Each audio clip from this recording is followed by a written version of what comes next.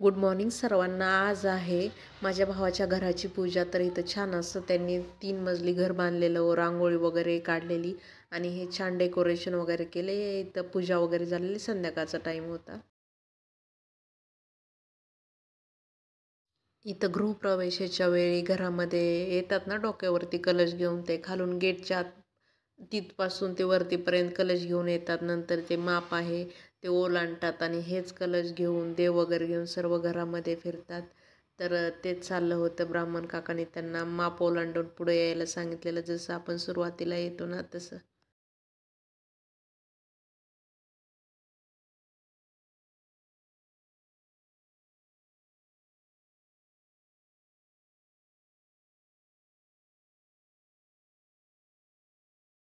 नंतर ते जाताना हातामध्ये घंटा घेऊन पण वाजवायची असते।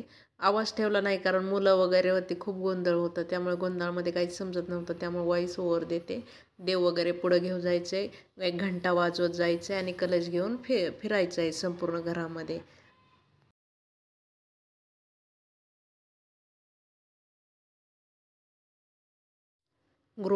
प्रवेशानंतर बहिणीला भावाला आणि वहिनीला ओवाळायचं असतं। तर त्याच्यासाठी त्यांनी आधी कुंकूचा टिळा, वहिनीला हळदी कुंकू लावायला सांगितलं होतं। नंतर अंगठीने, सोन्याच्या अंगठीने ओवाळायला सांगितलं होतं।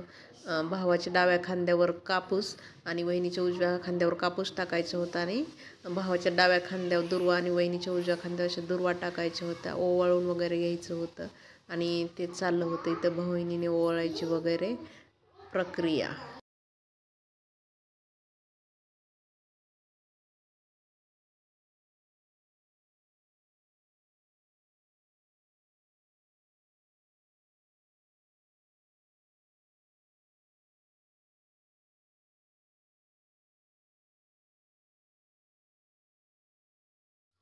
नंतर नवीन गॅसवर गॅस इथं सजवला होता दूध उतू घालवण्यासाठी। तर इथं आधी स्वस्तिक वगैरे काढून गॅसची दोघंजण पूजा वगैरे करतात। गॅसला नैवेद्य वगैरे दाखवतात, फुल अर्पण करतात। त्याच्यानंतर दूध वगैरे गरम करायचे आणि ते अन्नपूर्णा देवीची पूजा झाल्यानंतर दूध उतू घालवायचं असतं। नवीन घरामध्ये हे दूध उतू घालवणे खूप शुभ मानलं जातं।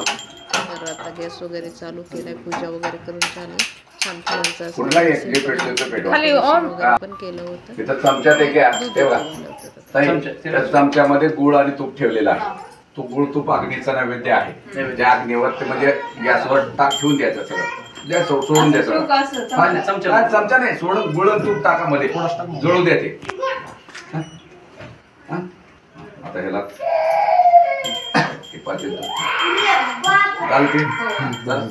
नमस्कार करा दोघांनी।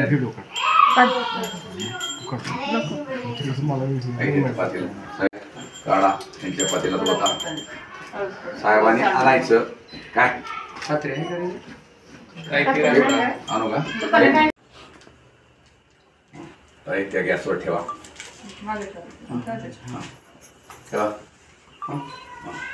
आणि गॅस थोडासा त्याच्याप्रमाणे थोड्या वेळानं ते उतू जाईल पूर्ण, पण गॅस बंद करा। मांडा तोपर्यंत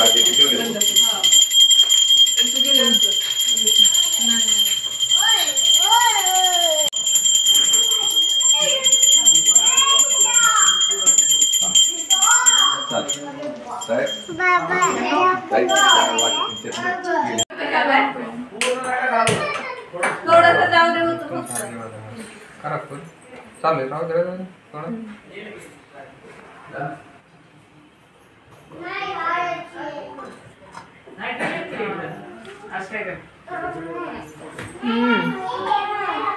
काय झालं हे काहीच आहे इथंच आहे।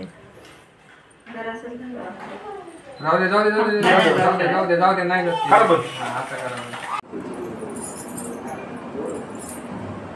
नंतर इथं ओटी भरायची असते, ती साडी ठेवा त्यांच्या ओटीमध्ये अगोदर, त्याच्यावरच कपडे वगैरे आणले होते। तर त्याच्यावरती ओटी भरायची।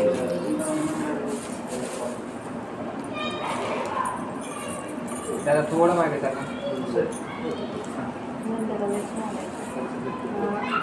झाल्याच्या नंतर येते बघा।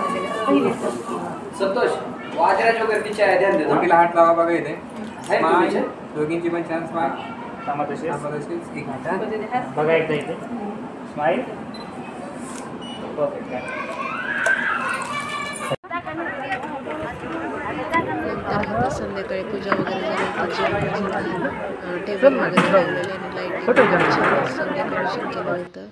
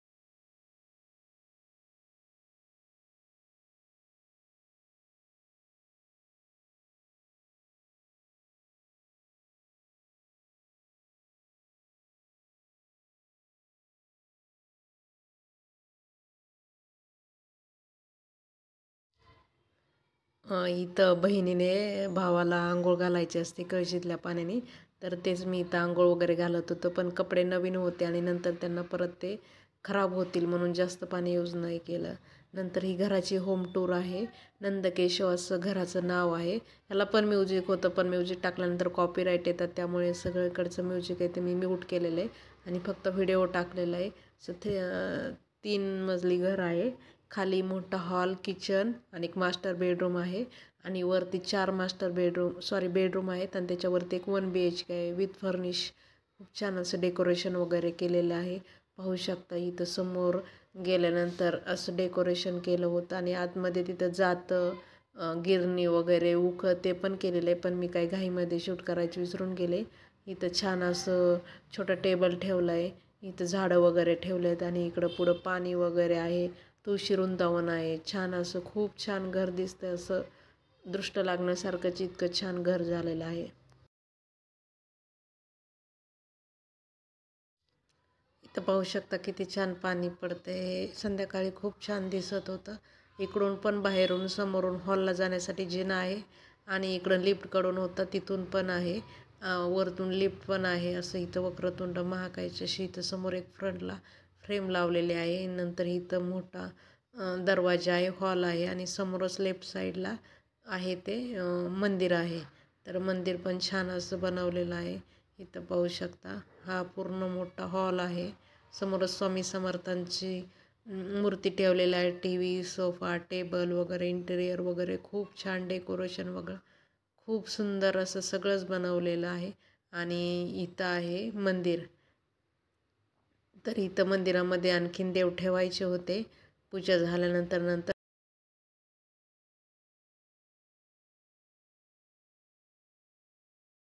इथं छत्रपती शिवाजी महाराजांची मोठी फ्रेम लावली. नंतर तुकाराम महाराज आहेत आणि त्यांचे मावळे ठेवलेले आहेत आणि वरती पण छोटंसं प्लॅन्ट आणखीन काही काही डेकोरेशनचं आहे. आणि पलीकडे तर तुम्ही पाहू शकता इतकं मोठं झुंबर आहे. एक किचन आहे मोठं असं प्रशस्त. सगळीकडे व्हाईट कलरच्या टाईल्स लावलेल्या आहेत आणि फ्रीज पण वेगळाच आहे आणि इथं बसण्यासाठी जागा आहे. पाठीमागे छोटी गॅलरी वगैरे पण आहे. खूप छान इंटेरियर आहे किचनचं पण.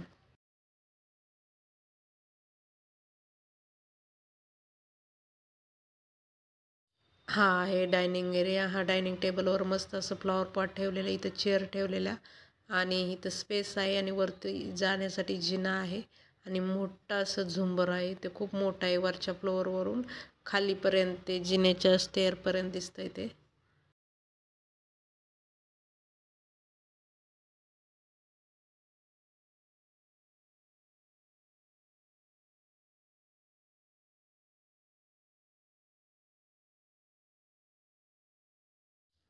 ही मास्टर बेडरूम आहे जी सर्वात खाली आहे. इथं मोठी आहे ही पण बेडरूम आणि समोर गॅलरी पण आहे आणि कबड वगैरे आहे. तर खूप छान आहे सगळीकडे.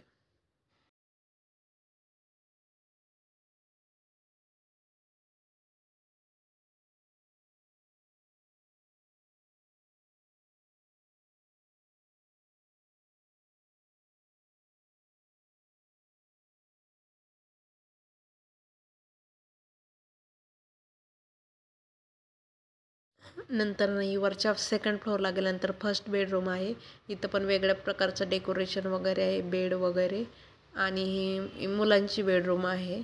तर त्याप्रमाणे ती थीम त्यांनी ठेवले आहे. मुलांना कशी रूम वगैरे हवी त्याप्रमाणे छान असं स्टडी टेबल वगैरे, स्टडी करण्यासाठी वगैरे तिथं साईडला केलेलं आहे. आणि इथं यांचं कबड वगैरे आहे.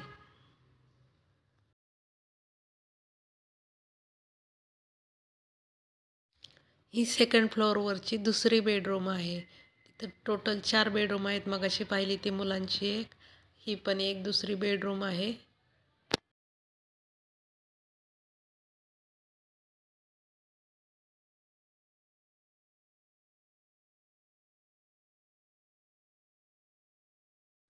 नंतर ही आहे तिसरी बेडरूम. ही मोठ्या मुलासाठी आहे. तर त्याच्यासाठी पण इथं स्टडी टेबल वगैरे आहे. तो एक 8वी-9वीला आहे त्याप्रमाणे त्याच्या एजप्रमाणे ही रूम बनवलेली आहे.